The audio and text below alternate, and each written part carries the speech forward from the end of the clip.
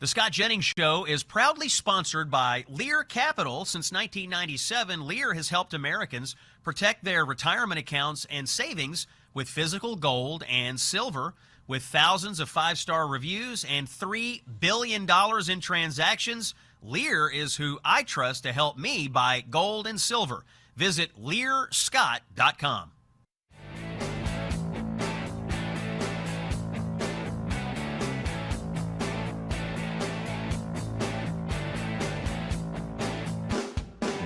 The voice of free speech. The truth delivered. Common sense for the American people. Welcome to the Scott Jennings. President Trump holds a cabinet meeting. We'll bring you some comments from that, including the latest on his back and forth with Iran. The Democratic shutdown of DHS continues. Are we back at square one? We'll have the latest in Washington, and the International Olympic Committee formally bans men from competing in women's sports. We've got some audio to play for you on that. It is Thursday, March 26th. This is Common Sense for the American people. I'm Scott Jennings, broadcasting for Salem, and we are live today at Studio 67 in Palm Beach Gardens, Florida. Now, I'm down in South Florida today because I had a speaking engagement this morning, and I want to thank the National Association of Real Estate Investment Trusts for the invitation to speak to them, large national conference down here. And I joined my friend Jonathan Martin from Politico on stage this morning. We had a wide-ranging discussion on the political issues of the day. Great to see J Mart and to be out on the road among people who are vital to making our country work. Now, for the news of the day. We are 41 days into the shutdown of the Department of Homeland Security by Democrats, and there is no deal in sight in Washington, D.C.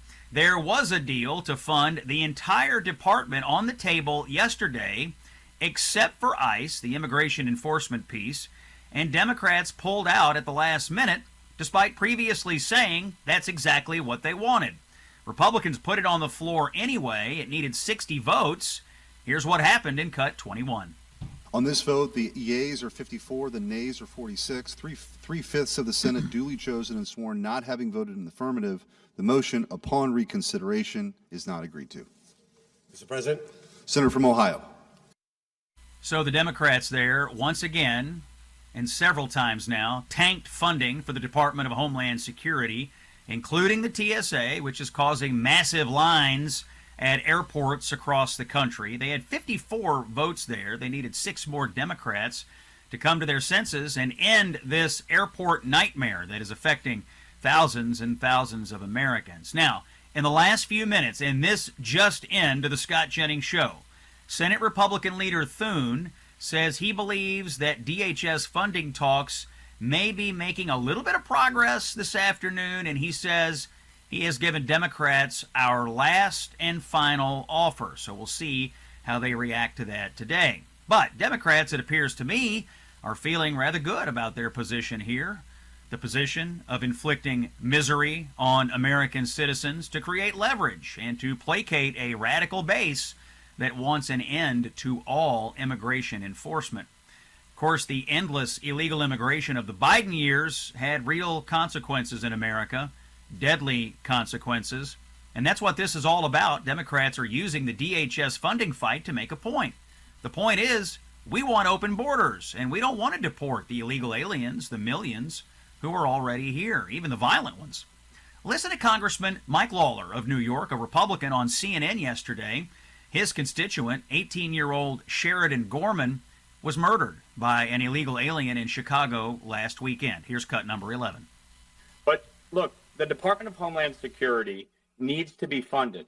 And many of my Democratic colleagues are focused specifically on immigration enforcement. Well, let me show you the consequences of lax immigration enforcement. A 18-year-old girl in my district, Sheridan Gorman, was brutally murdered by an illegal immigrant that was allowed to enter into the country during Joe Biden's administration, captured at the border, released. He was arrested for shoplifting in Chicago, released, and he went and brutally murdered an 18-year-old innocent girl. And Hakeem Jeffries yesterday couldn't even be bothered to say whether or not that type of individual who is arrested for murder, who is in the country illegally, should be deported. By the way, the callous indifference that Democrats have shown to Miss Gorman and her family, well, it's simply shocking. It's breathtaking. You can't even mourn the death of a violent murder victim in the Democratic Party out of fear of offending the radicals who are hell-bent on unlimited illegal immigration. Now, President Trump made some comments on the shutdown this morning at his cabinet meeting. He's obviously exasperated with the Democratic position here, which is to grind to a halt all immigration enforcement. Here is the president in Cut 15. They're all angry at the Democrats. They're saying they're actually angry at Schumer. I didn't think anyone knew his name. One woman said, that Schumer is disgraceful. He's a disgrace to our country. But they're angry at the Democrats. They know what's happening. But they're punishing the American people, including travelers at airports, all in the quest to return to open borders and give amnesty to illegal alien criminals. They want to give amnesty to some of the criminals that came into our country, just about all of them, actually, if you look at it. They love sanctuary cities, which is a sanctuary for criminals. They want to make sure they're taken care of. That's what we're fighting about. That's really what they're fighting. They don't talk about that, but that's what they're fighting about. They want to protect criminals. In many cases, 11,888 murders. Many of them, I will say, are gone now because of us. We got them out. But still have some left. Should have never happened, should have never been allowed to come into our country. But we're not going to let it happen. We're not going to let the Democrats get away with this stuff, and people are wise to them. So they need to end the shutdown immediately, or we'll have to take some very drastic measures. So while we've been focused on the United States Senate to see if a deal can be struck, over in the House, the Speaker, Mike Johnson, says they'll hold some votes, force Democrats to defend their radical shutdown position. Here's the Speaker in Cut number 12.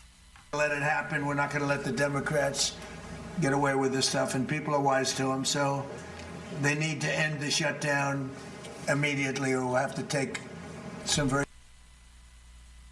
That was not the Speaker, Johnson. That was President Trump. Let's try to get the Speaker here in Cut number 12. We will not allow Democrats to hold our airports and our country hostage so they can re-implement their catastrophic, deadly open borders policies and threaten the lives of our children. This is common sense versus crazy. Everybody can see it, and they're going to put it on display again tomorrow. As the leader said, we're going to vote to fund Homeland again. And I think that vote tally, that should be blown up. It should be put at poster size in every airport terminal, so they can see who voted to keep those lines at TSA winding around the airports and to endanger everybody's life. But of course, until Democratic senators decide to cave here, the TSA will remain unfunded. More and more agents will not show up for work, and the lines are going to get longer and longer. Other news, the cabinet meeting today brought some updates on the back-channel peace talks going on with Iran as Operation Epic Fury rages on. The president's envoy, Steve Witkoff, says they have sent some terms to the Iranians through Pakistan. Here's Witkoff in Cut 16.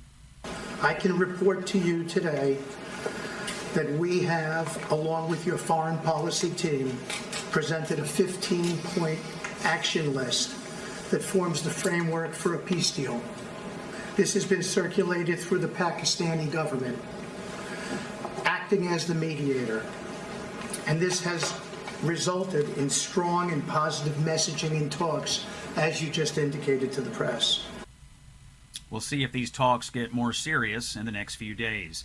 And the International Olympic Committee has announced a new policy that protects women's sports by banning men from competing in the women's category. Kirsty Coventry is the president of the IOC. She released a video about this today explaining the decision. Cut 14. The policy that we have announced is based on science, and it has been led by medical experts with the best interests of athletes at its heart. The scientific evidence is very clear. Male chromosomes give performance advantages in sports that rely on strength, power, or endurance. At the Olympic Games, even the smallest margins can be the difference between victory and defeat. So it's absolutely clear that it would not be fair for biological males to compete in the female category. In addition, in some sports, it would simply not be safe. The tide continues to shift against the transgender cult, with medical organizations and now sports institutions finally standing up for some common sense. No word, by the way, on how Democrat James Tallarico in Texas is reacting. Of course, he thinks there are 6 genders. He hasn't fully explained how they would be allowed to compete with and against each other in the sports arena. A word from our friends at Relief Factor. Since discovering Relief Factor last summer, you know I've come on the radio here and talked all about it, all about the positive experience that we've had in the Jennings household, especially my father, who really has enjoyed becoming a satisfied customer of Relief Factor. My advice is that if you are going to ever do it, now is the time, because Relief Factor has come up with a new formula. They've added some premium black pepper extract that helps your body absorb it more efficiently. So if you've been waiting for a sign or a reason to finally pull the trigger on this, perhaps black pepper is what you needed. The way to start, by the way, is the 3-week quick start plan for just $19.95. You have very little to lose here. You get 3 weeks of it and find out if it works for you. Do it at relieffactor.com or call 1-800-4RELIEF. Relieffactor.com or 1-800-4RELIEF. We'll have more politics and breaking news coming up after this. It's Common Sense for the American People. I'm Scott Jennings. You're listening on Salem. Stay with us. Common sense for the American people. This is the Scott Jennings Show.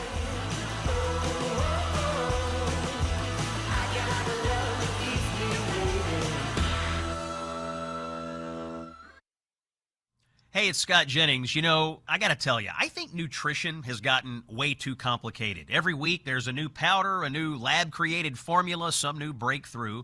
But here is the truth. We've been told since we were kids to eat our fruits and vegetables. Nobody really had to explain why. We just did it. Because when you eat whole foods, you're getting phytonutrients, those natural compounds that your body uses to adjust, repair, and respond every single day. That's not hype. That's how human beings were designed. That's why I take Balance of Nature. They use a tailored vacuum cold process that stabilizes the phytonutrition in fruits and veggies, so you're getting real whole food nutrition, not synthetic substitutes. Their whole health system includes fruits and veggies plus fiber and spice, 47 ingredients in one simple routine. I take it myself. If you want to fight the good fight, go to balanceofnature.com to subscribe and save today. Join hundreds of thousands of customers in one simple routine that is changing the world. One man standing tall against the leftist mob. Here's Scott Jennings.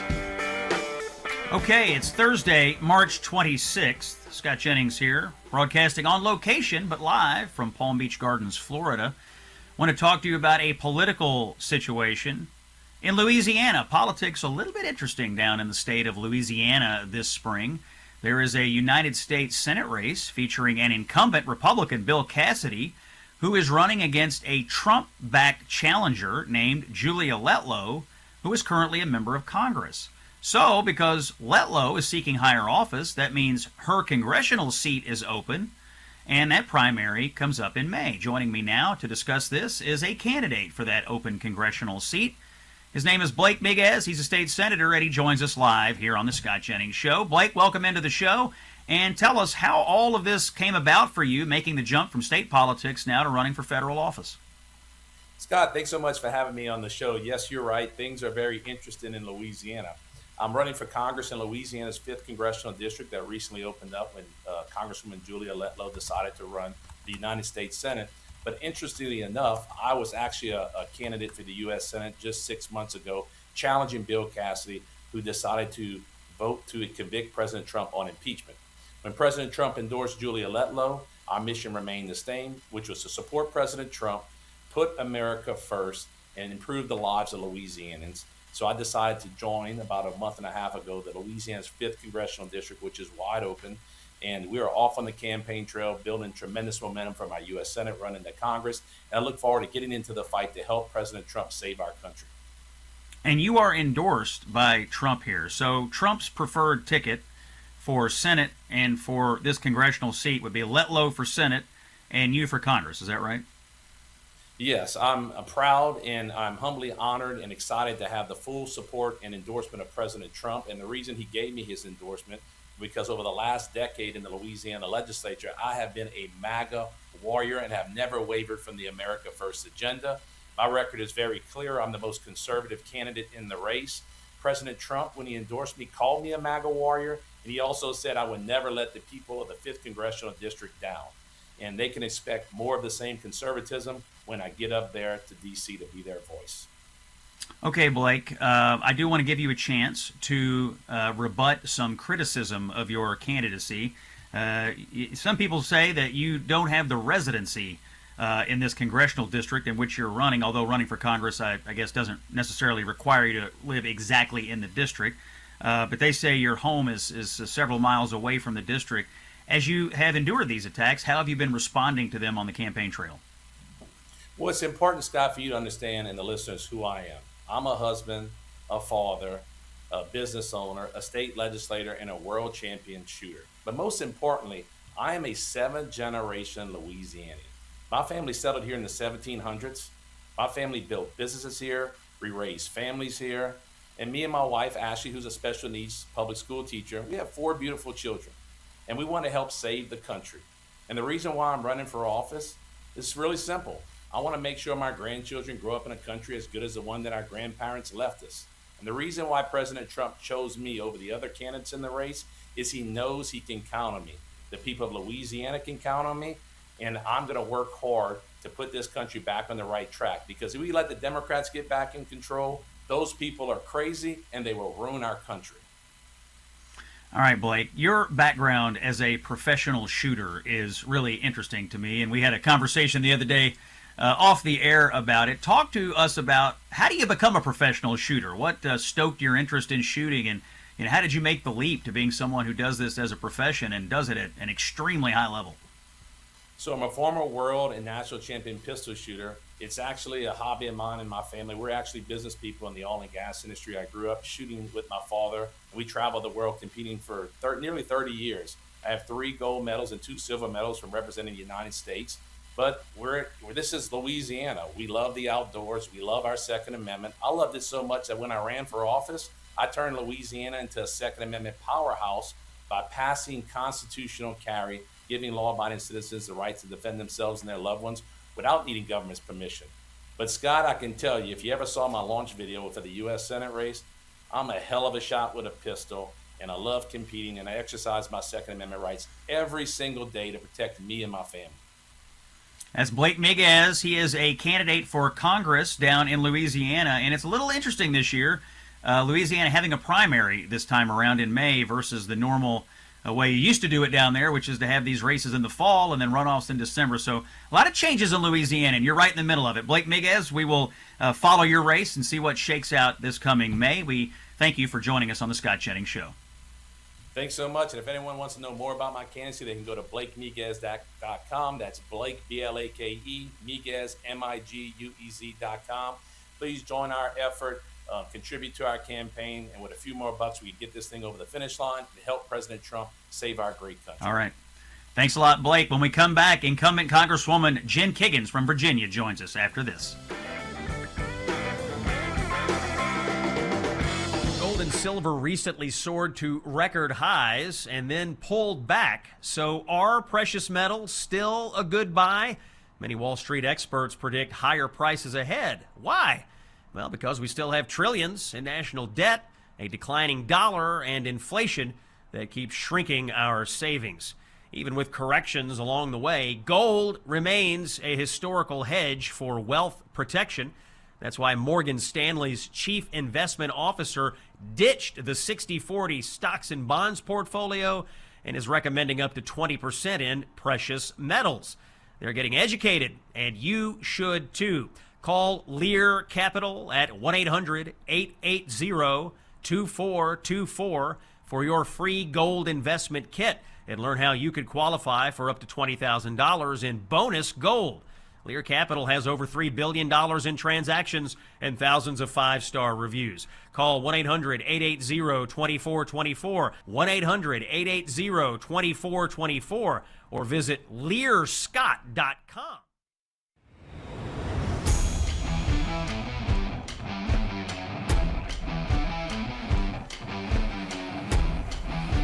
Ready for more common sense? Here's CNN's senior political commentator, New York Times best-selling author, and America's favorite political pundit, Scott Jennings. Thursday, March 26th, we have Congresswoman Jen Kiggins from Virginia joining us in just a moment. We got a lot going on in Washington. We'll get her opinion on all of it. First, I do want to remind you that we are still taking reservations for the unforgettable Gulf of America cruise happening in November 2026. That's this year, right after the election, mid-November. I'll be there. Mike Gallagher will be there. Larry O'Connor from townhall.com will be there. A lot of our listeners are signing up as we speak to go on this luxury cruise, the Eurodam, great ship. We'll eat great food. We'll see a lot of amazing scenery. We're going to have great conversations. This is right after the election. We'll be analyzing that, talking about the issues that'll shape the 2028 presidential campaign, which will be in full swing by the time we get on this boat. Book your cabin today. Text the word cruise to 94878 or visit scottjenningsshow.com and click on the Gulf of America cruise banner. We're going to be celebrating on this cruise the 250th anniversary of our nation. And Mike and Larry and Jen, and we all look forward to meeting you. We're going to have a lot of like-minded conservatives on this boat, having a lot of great conversation, have a lot of fun, and we hope to see you there.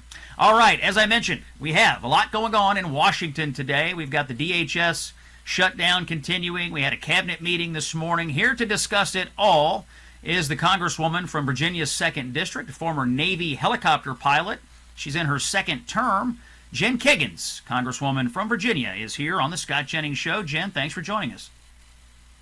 Thanks so much for having me. I wish I could go on your Gulf of America cruise. That sounds awesome. Well, there's nothing stopping you. You can sign up just like anybody else. Text the word cruise to 94878. Jen, we'll have a great time, but I'm sure a lot of people who appreciate your service to our country would love to see you there. Jen, let me ask you about what we heard this morning out of the president. There was a cabinet meeting, and he made some comments, and he had his envoy Witkoff there talking about the 15-point plan or 15-point framework that we've sent to the Iranians, I guess, via the Pakistani government. So based on what you're hearing from the administration, based on what we heard out of the cabinet, what's your instinct about how much longer this is going to go on? How do you think the Iranians are going to react to this after we have just pummeled all of their military for the last several weeks? I think I would say that, Iran doesn't have a whole lot of choices left. So, I mean, I think that they see the reality and what strength looks like on the military front. And I'm certainly thankful for our men and women, especially the ones from my Virginia 2nd District and the Navy, who are out there in harm's way. I mean, they, working with our allied partners, have made a lot of progress in reminding Iran of our objectives and goals of them not to have ballistic missile capability and nuclear weapons. And we could even exert more force, and I think we are showing, and that's a tool that we reserve. But I certainly hope that they are coming to a place where they are going to agree to terms. I think this was originally a operation that was introduced as a 3 to 4 week operation, and we're certainly approaching that time frame. And so I'd like to get my USS Ford, my Carrier Strike Group, home, but they're doing important work, and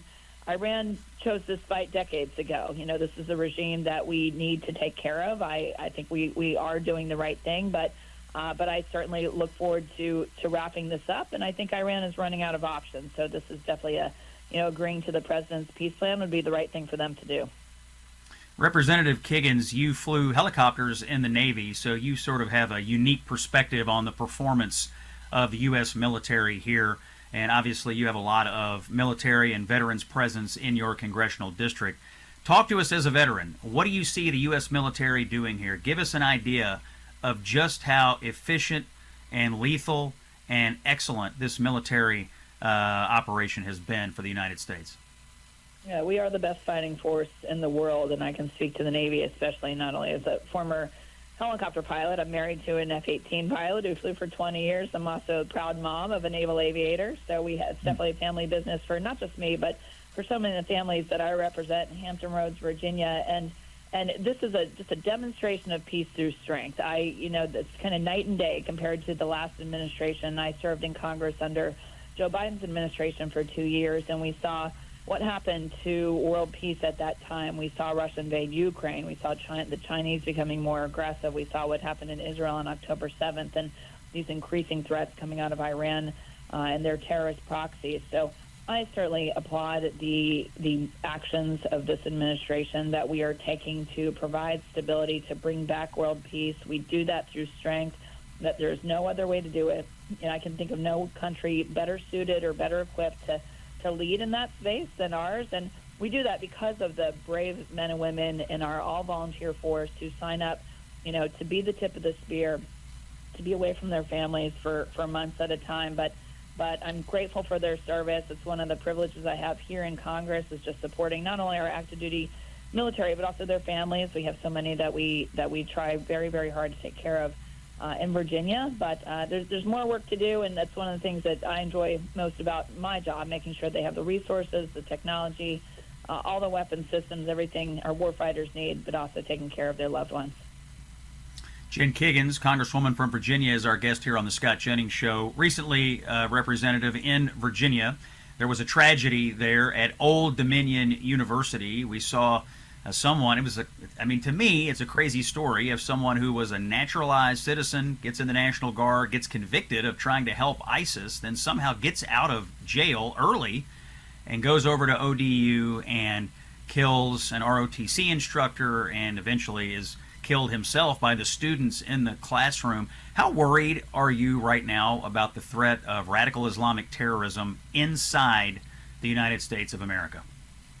Yeah, well, it's always a concern because, again, under the last administration, we saw 14 million plus people just walk right over our southern border. I had been to Texas and Arizona myself and seen them with my own eyes, just putting ladders up against parts of the wall, climbing right over. No one stopped them. We know that a lot of those people wanted to do harm to our country. They are here. I think we are seeing that manifested with just the crimes that illegal immigrants who are in this country have committed. And that shooting that we had 2 weeks ago at Old Dominion University in Virginia is just as a prime example. I mean, this was a naturalized person who had terrorist ties, who was a convicted felon. He bought a stolen gun, a complete disregard for any gun laws, and he walked right onto a college campus and he targeted our military, our Army ROTC students, and unfortunately shot and killed their instructor. But we can't have this. I have a lot of people in uniform walking around Hampton Roads, Virginia, and their families, and especially at a time like this when so many are deployed, I don't need them to be worried about the safety of their families. I have children who are college-age students who participate in ROTC programs. I worry about their safety as well. But we've seen some of the laws coming out of Richmond in Virginia that just undermine community safety. There's an actual Virginia law that says that colleges and universities cannot ask on their applications if people have a past felony history. So if we could have asked that question, we could have prevented this tragedy. So there's some changes that need to be made. I also have a governor in Virginia who is telling law enforcement that they cannot work with ICE on their mission of ridding our streets of criminal illegal immigrants. So it's very frustrating to see some of the policies coming out of the Democrat legislation in Richmond especially, but that are making our communities and our streets less safe. Well, and a lot of people are frustrated with the Democratic position on immigration in Washington. Today, the Department of Homeland Security remains closed. I think it's day 41, and the Democrats, I think, have made their position very clear. They don't want to deport any illegal aliens, even the ones who are violent, which we've seen a number of instances of that. They want to go back to the open border policies of Joe Biden, and they're willing to create pain and misery for TSA agents and the American people in order to do that, or at least make a point about that. Obviously, we've been watching the Senate to see what's going to happen over there. I heard the Speaker say you all are going to have some votes in the House to reaffirm the Republican position and get the Democrats back on the record. Give us your assessment. Do you think we're going to see a DHS deal sometime over the weekend? We got a lot of American travelers out there who are dreading going to the airport right now.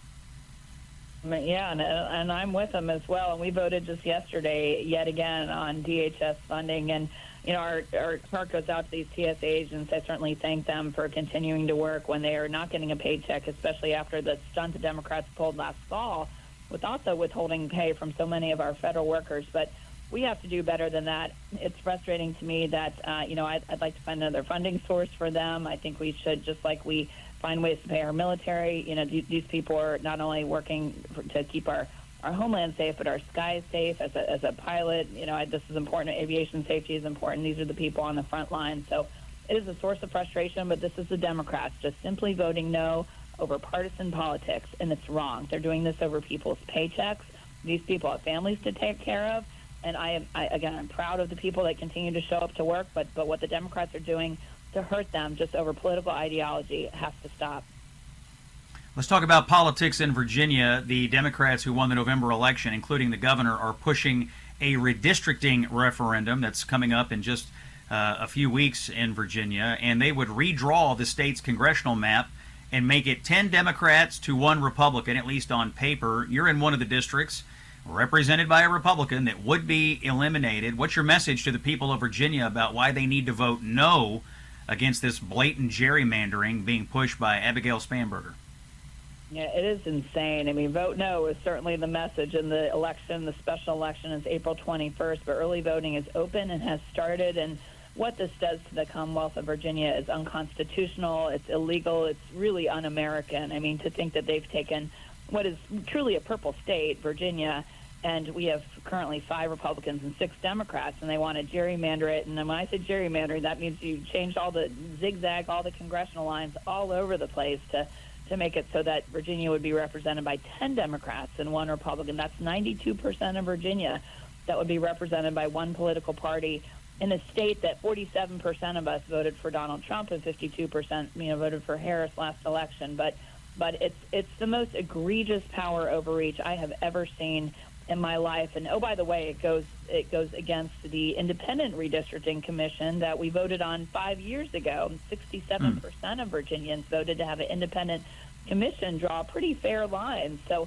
we're overriding that. It's just an overreach of power. It's something we've seen coming out of the Spanberger administration in Richmond. I mean, she's been lying to Virginia since day one. It's egregious what they're trying to accomplish. But I just need people to come out and vote no and to bring friends with them. Okay, Jen Kiggins, Congresswoman from Virginia, thanks for your time, and thank you for your service. Thank your husband for his service and your son. We are proud of what you've done for our country. We're going to take a break. When we come back, talk a little bit more about this terrible shooting in Chicago. Stay with us here on Salem.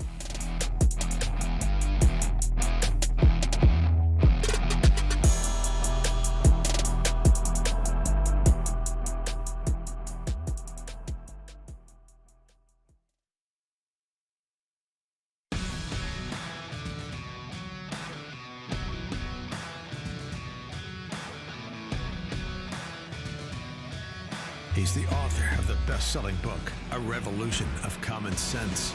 Here's Scott Jennings. Thanks for listening to Common Sense for the American People. Scott Jennings is here with you on Salem. You know, it was in March of 1775 at St. John's Church in Richmond where Patrick Henry rose to speak the words that spurred the American Revolution. And they echo through our history today. He said, "Give me liberty or give me death." As we celebrate America's 250th anniversary, it has never been more important to reflect on our nation's values. My friends at Americans for Prosperity have created a way for us to celebrate this historic year through their One Small Step initiative. It's a campaign built on a simple idea that liberty requires courage, conviction, and an active citizenry. And for almost 250 years, Americans have preserved liberty through small, deliberate steps. And now it's on us, in the face of tremendous opposition to these ideals, to ensure these freedoms are passed on to the next generation. If you believe, as I do, and as AFP does, that freedom is worth defending, I encourage you to visit the a250toolkit.com/Scott and add your voice for liberty. It's a250toolkit.com/Scott. I'm going to engage in this campaign. I am really excited about America 250. There's a lot of great things going on in our country. This is one of them. I hope you'll check it out. a250toolkit.com/Scott.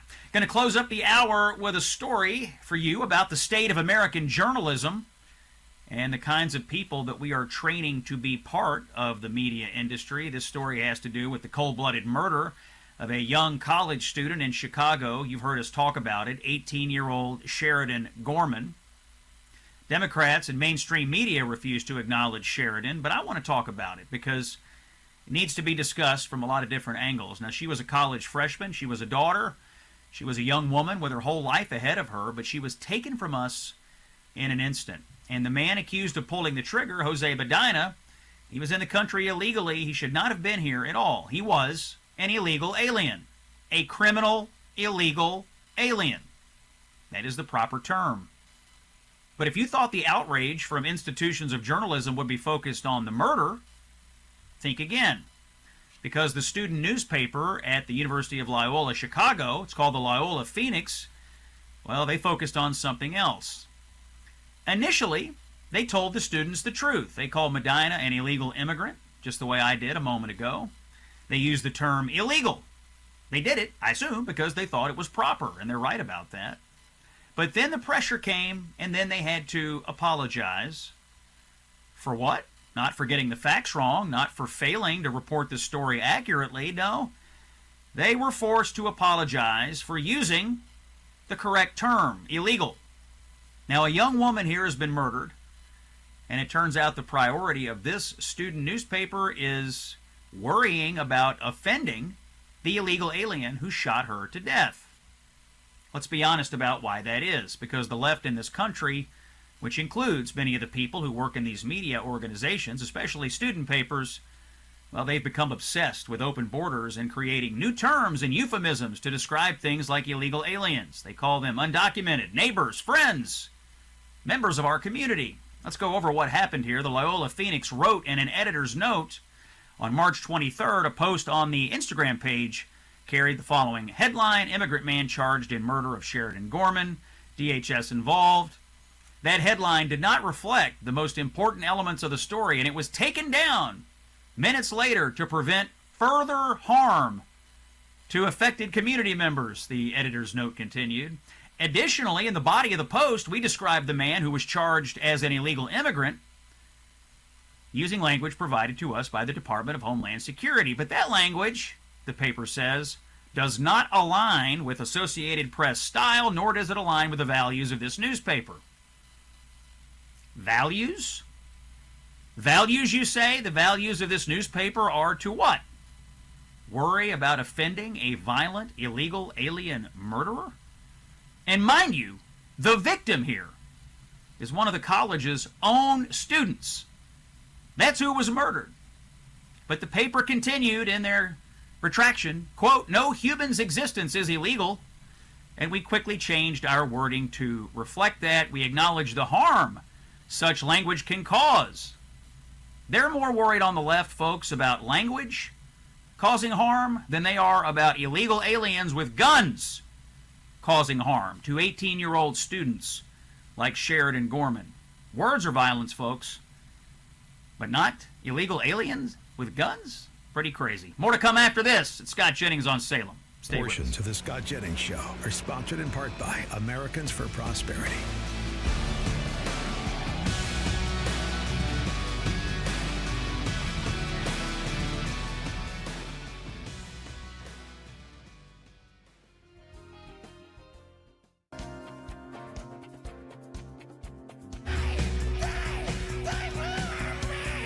Fighting for free speech.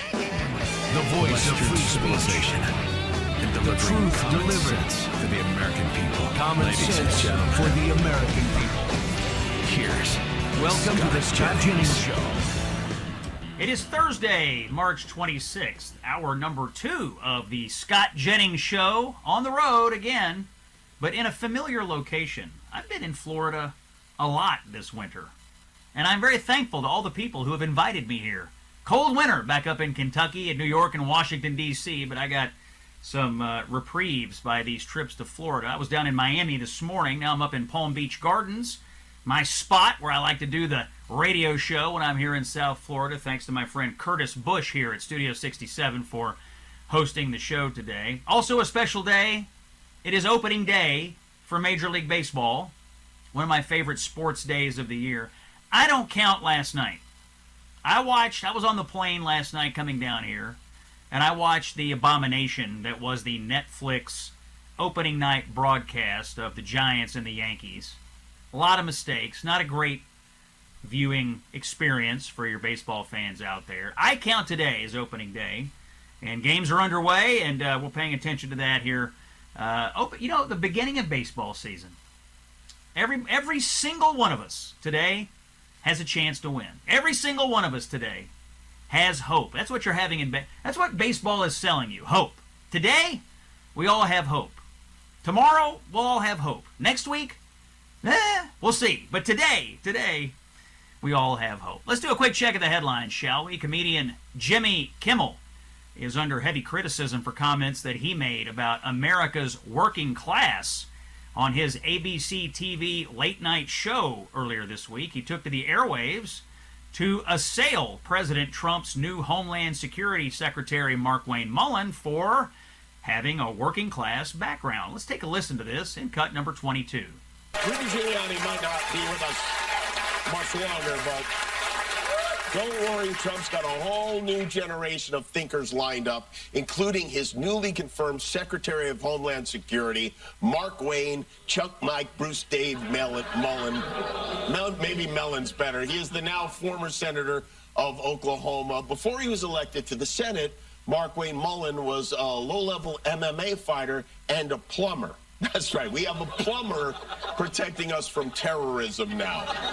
Well, it worked for Super Mario. Why not Mark Wayne? But honestly, I mean... Ask yourself this question.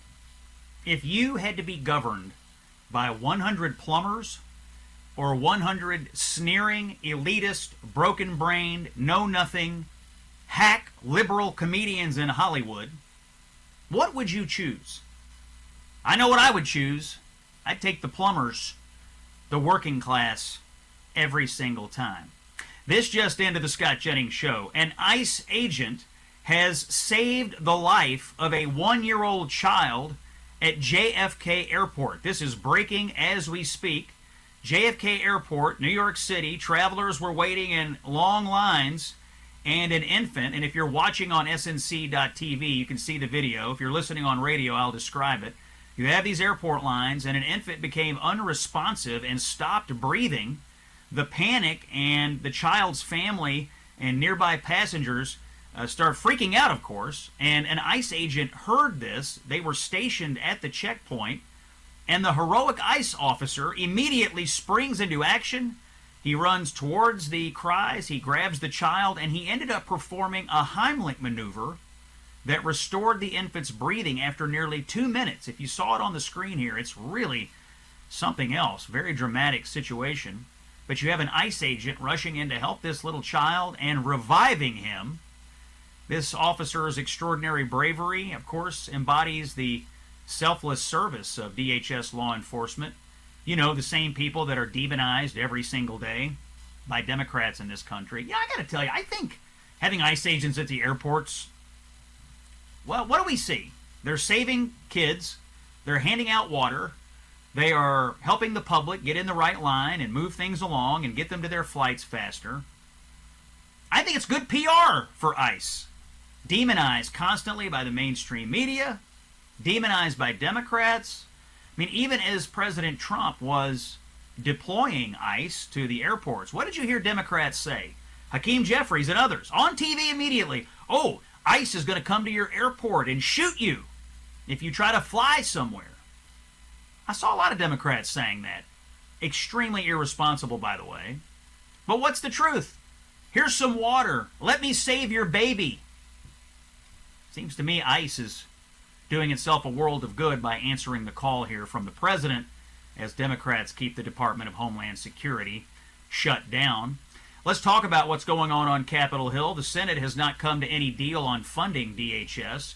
There is some rumblings that discussions are being held behind the scenes. Now, the Senate is supposed to go on Easter recess next week, but many senators are now saying that should be canceled, including Alabama's Katie Britt. Let's hear her in cut 24.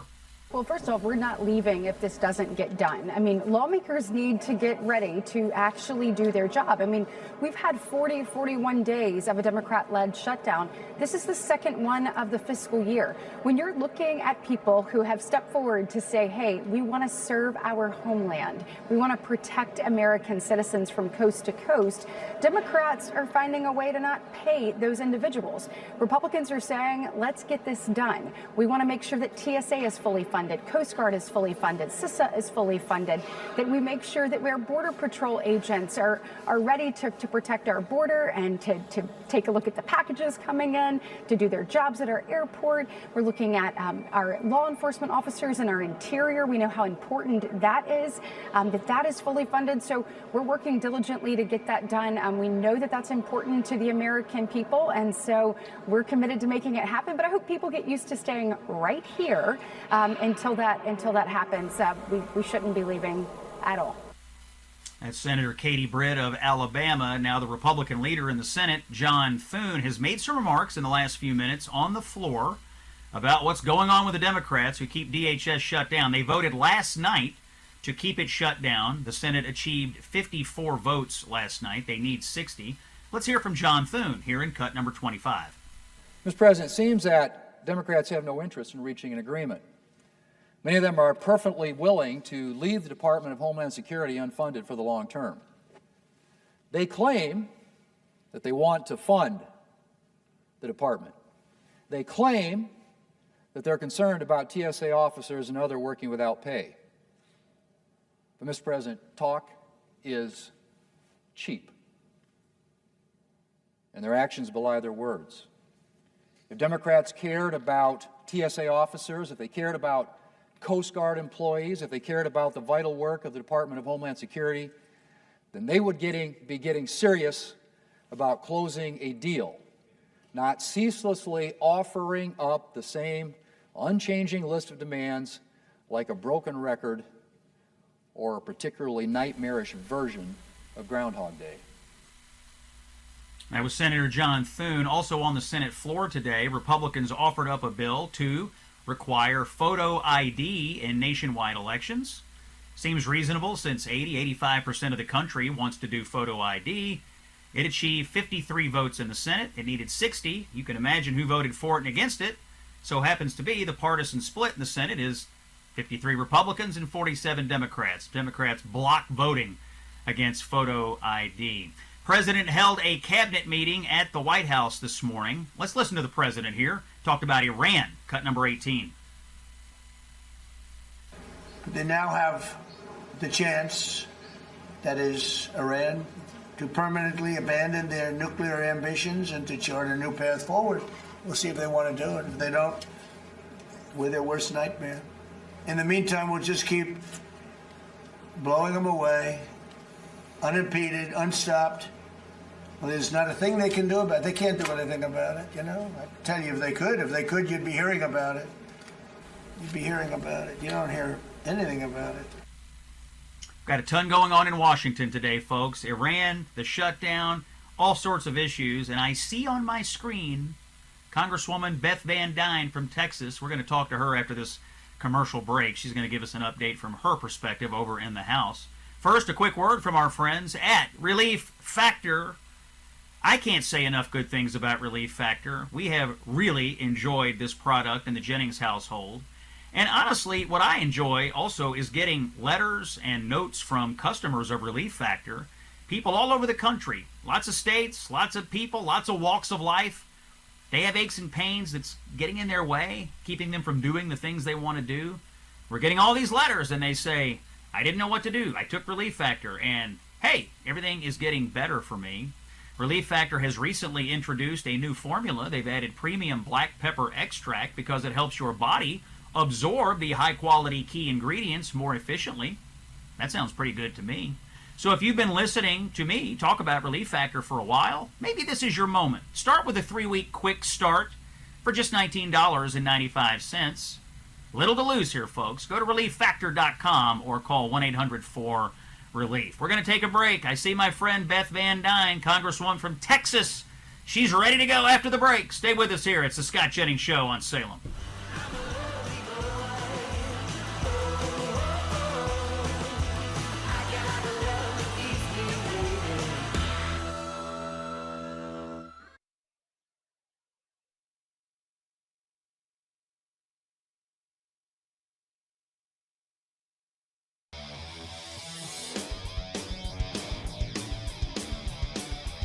Fighting for free speech and Western civilization. This is the Scott Jennings Show. And it is Thursday, March 26th. Coming up in just a moment, the governor of Montana, the chairman of the Republican Governors Association, Greg Gianforte, will join us. Quick word, though, on behalf of this amazing cruise I'd like to invite you to. We're taking a cruise in November, the Gulf of America cruise. We celebrate America's 250th anniversary by sailing away across the turquoise waters, placing our toes upon the white sand beaches, eating the incredible food aboard the Eurodam, and having insightful conversations amongst ourselves about the future of our country. Mike Gallagher will be there. Larry O'Connor will be there. I'll be there. We'll dive into the issues shaping America. And we're going to do it all on this incredible cruise ship and see incredible scenery. The cabins are going fast, I have to tell you. But if you'd like to go, we could get one for you. Text the word cruise to 94878 or visit scottjenningsshow.com and click on the Gulf of America cruise banner. It's going to be a fun vacation. Right after the election, I know I'm going to need it. The election will have just ended, and maybe we'll take a week to sort things out amongst ourselves. It's the Scott Jennings Show here on Salem. Common sense for the American people. Joining me now is the 25th governor of Montana. He also represented that state in the U.S. House for 2 terms. He's also the newly elected chairman of the Republican Governors Association. His name is Greg Gianforte. Governor, welcome back to the Scott Jennings Show. Scott, it's good to be with you. Thank you for having the time for us today, and thank you for your willingness to be a common sense leader for our country. And I want to talk about uncommon nonsense in Washington, D.C. in the form of the shutdown that's going on at the Department of Homeland Security. Democrats have had it shut down for 41 days. You know, you're a governor running an entire state. You're sometimes at the mercy of what the feds do. How is this impasse affecting Montana and everyday people that you represent back home? Well, we just need Congress to do their job. With the biggest impact we're seeing here is really with the TSA agents at the airports.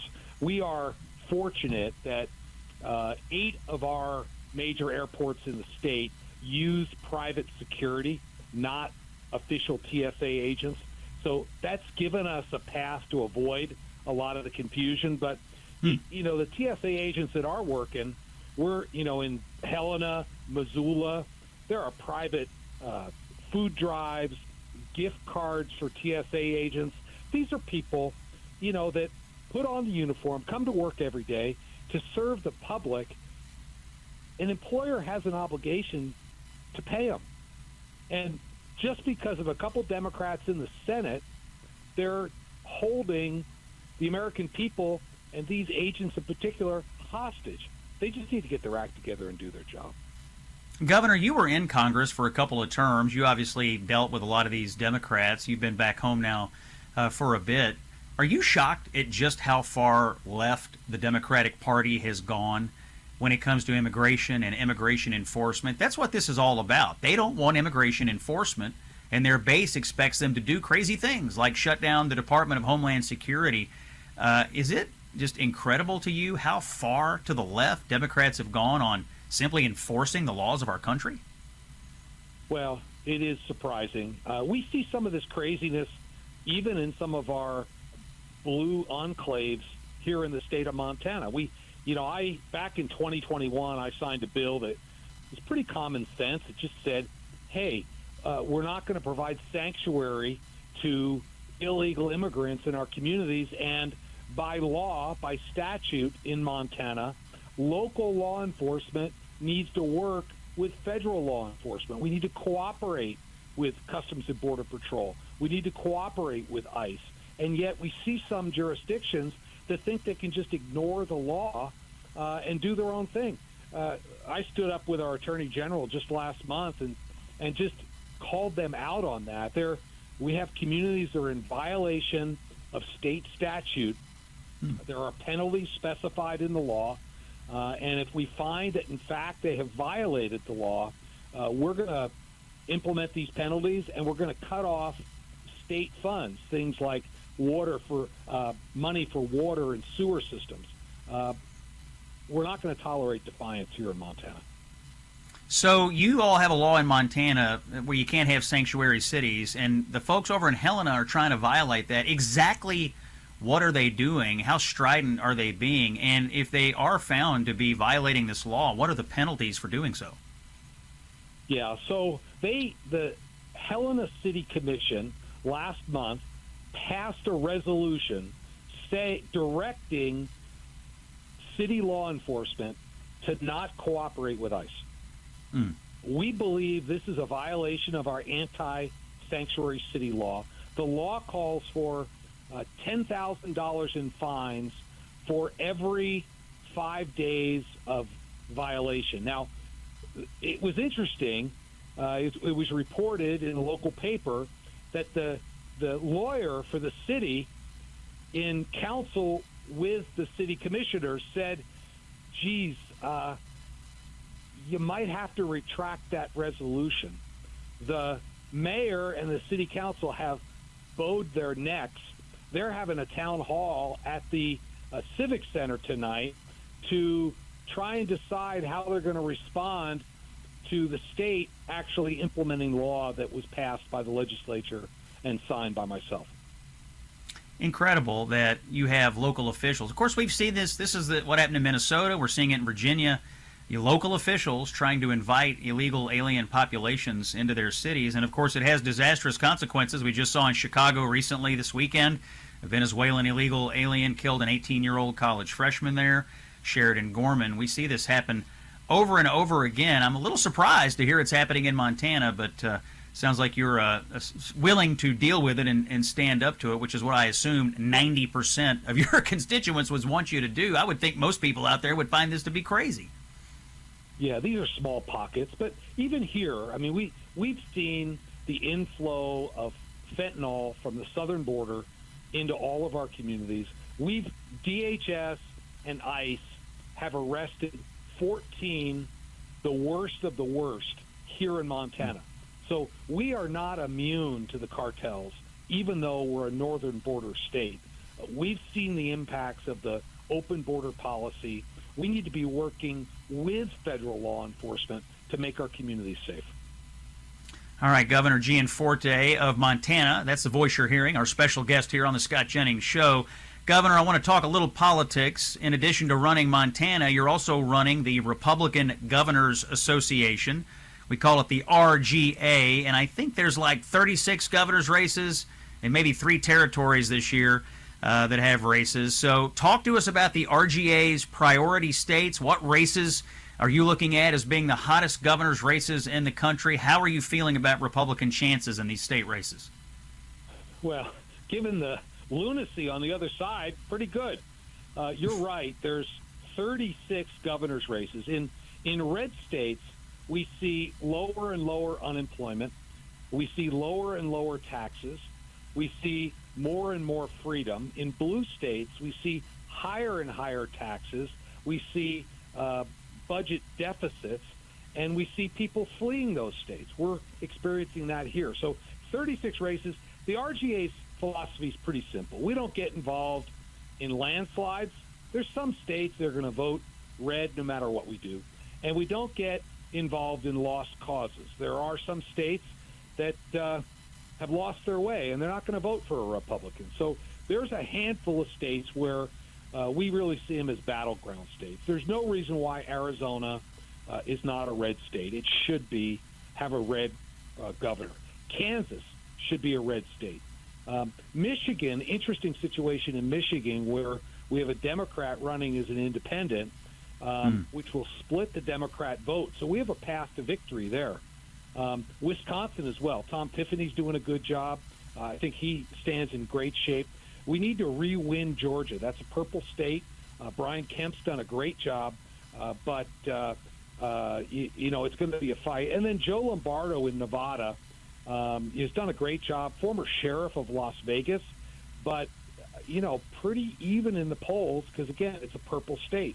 So that's a little rundown of where we see the opportunities. And there's probably some others where, depending on how the primaries go, I mean, there's over a dozen people running for governor in Alaska, and they have this crazy ranked choice voting. We have no idea what's going to come out of the primary. So we have to wait and see on some of these, but the ones I mentioned are where our focus is.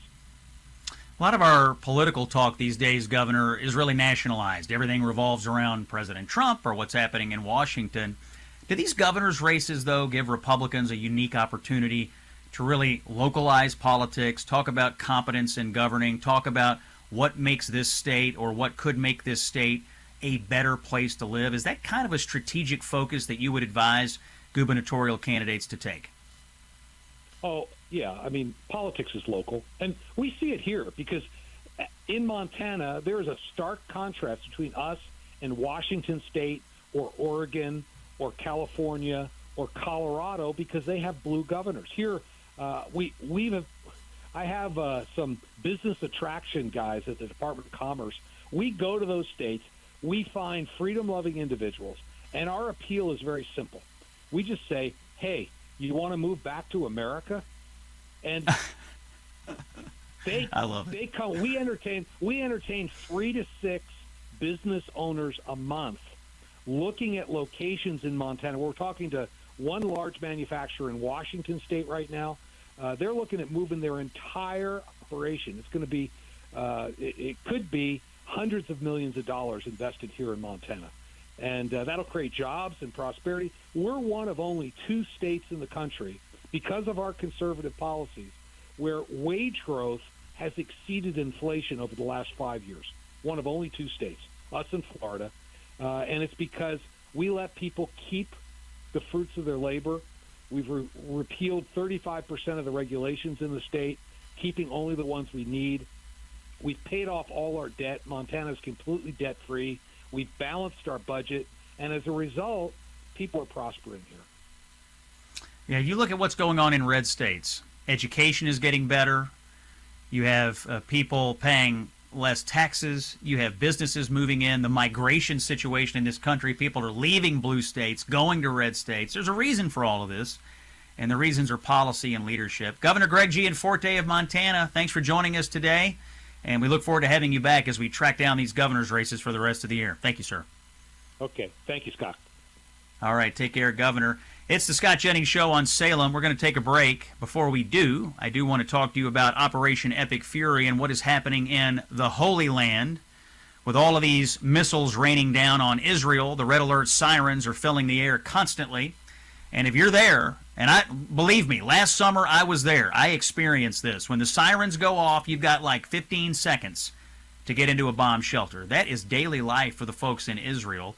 And it's at times like these that we are grateful for the International Fellowship of Christians and Jews. They prepare large-scale distributions of food, first aid, and emergency essentials.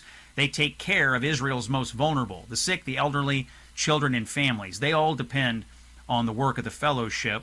I'm asking you to join with Christians and Jews around the world in praying for the protection of Israel, her people, and the brave American and Israeli troops who are putting their lives on the line fighting the brutal Iranian regime. Stand up with Israel today. You can do it by going to supportifcj.org. That is supportifcj.org. One last break, and when we come back, my buddies from Berna are going to be here. What is Berna, you might ask? I want to tell you about it after this. Come back. It's Scott Jennings on Salem.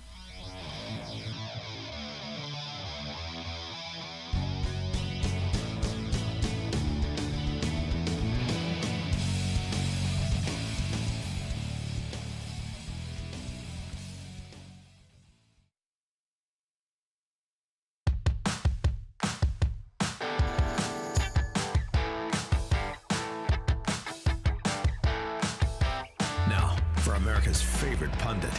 It's Scott Jennings. Home stretch here on Thursday, March 26th. Excited for this conversation. My buddies from Berna are here, B-Y-R-N-A. If you're a regular listener, you've heard me talking about Berna. They make the non-lethal pepper pellet gun for self-defense. I've got the Director for Law Enforcement and Government Affairs from Berna here, Joshua Sherrard. Joshua, welcome to the Scott Jennings Show. I'm glad you're with us today. I want you to tell the listeners about Berna. I've been talking about it on the air now for a few weeks, but tell us, what was the inspiration behind creating this Byrna tool for self-protection. It's a non-lethal launcher system, but tell us about the inspiration behind it. Thanks, Scott. So Byrna is a less lethal self-defense company. And back in 2019, when we started looking at the landscape of self-defense tools that your average citizen had access to, it was either a gun on one end or it was tiny keychain pepper spray in your fists on the other. And unfortunately, there was this giant gap. And so we realized that we could come in and create a tool that people could incorporate into their everyday life, into their own ecosystem that filled that gap. And it was so much more likely to be useful in so many more scenarios than both that gun or that tiny keychain pepper spray or those fists even as well. And that's where we really saw the giving people options that they could fit into their lifestyle was so key in making sure that they were prepared to defend every day. All right, so let's talk about the legality of this. It's a non-lethal launcher, so I guess it's not proper to call it a gun in the sense that we use that term in the United States commonly. But is it legal to own everywhere? Can you get this in all 50 states? That is correct. It is not a firearm. We don't refer to it, and legally it cannot be and is not referred to as a firearm. So it is legal in all 50 states. There's no permits required anywhere. There's no background checks. You can order it online. You can go to our website. You can go to Amazon. You can go into one of our 3,000 dealers anywhere in the U.S. and buy this. You can take it across state lines. You can take it. I fly with it every week. I put it in my check bag. No declaring, no nothing. I can fly with it. It's so easy to carry everywhere you go. You don't have to worry about reciprocity. You don't have to worry about if it's legal for me to carry in that state. You know it can go anywhere with you, and you're going to be protected everywhere. All right, I've got one of these things and shot it. Very easy to use. But tell us how the product works, specifically the pepper pellets. Tell us how it works to disarm somebody who might be an assailant. So it uses a CO2 cartridge that stays in that launcher unpierced. So there's no worry about leaking cartridges, anything like that. You pull the trigger, it pierces the cartridge, fires that 68 or 61 caliber ball that contains a powderized chemical agent. When it hits the target, you get a 3 to 5 foot cloud of chemical agent mixed with both pepper spray and CS, the active ingredient in tear gas, which will immediately incapacitate anyone and put them down and allow you to escape. They're going to be incapacitated for anywhere, from half an hour to 45 minutes or beyond. So the whole point is it buys you time, allows you to escape, uses a very low level of force to incapacitate an attacker, which makes it so useful in so many different scenarios. I shot this thing in my backyard, and I got to tell you, it looks like it would hurt like the dickens if you shot somebody with it. Wouldn't kill them. It's non-lethal, but man, it's going to dissuade someone from continuing to approach you, yes? Absolutely. I mean, you get the pain compliance of that ball hitting you at 400 feet per second, and then of course the powderized chemical agent to incapacitate them. So it definitely, we get a lot of reports from law enforcement. Law enforcement all over the nation, all over the world is using it. Over 800 agencies here in the U.S. and then several countries all over the world. And we get a lot of reports that people thought they were shot. They heard a pow, they felt an immense amount of pain, and down they go. So and compliant they become. So that's exactly what we want. Low level of force, but a high level of effectiveness. All right, I love this product. It's light, it's easy to use, it's easy to load. You keep it in your car. If you've got kids like I do, you don't have to worry about them having access to a firearm unnecessarily. There's a lot of reasons to have a Byrna product. Also, assembled in Fort Wayne, Indiana. So the good folks up there in Fort Wayne are putting it together. It's an American product.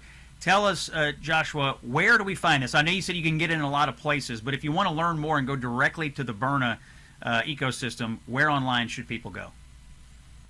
Absolutely. Go to Byrna.com, BYRNA.com to learn more. Join one of the over 750,000 people who already choose Byrna to defend themselves every day, and that number is growing every minute. It's called Byrna, BYRNA. That voice you're hearing, Joshua Sherrard, he's the Director of Law Enforcement for Byrna. I'm going to be honest. I didn't know what to make of this when we first learned about it. I got it at my house. I get it, and I would recommend you check it out. They sell a lot of these things, and it's a great product. Joshua, thanks for coming on the Scott Jennings Show. We're going to get out of Florida now and go back to our old Kentucky home. We'll be broadcasting from Louisville tomorrow. Enjoy opening day of Major League Baseball, and we'll have all the breaking news back with you tomorrow here on Common Sense for the American People. I'm Scott Jennings. Have a great evening. The voice of reason, common sense for the American people. This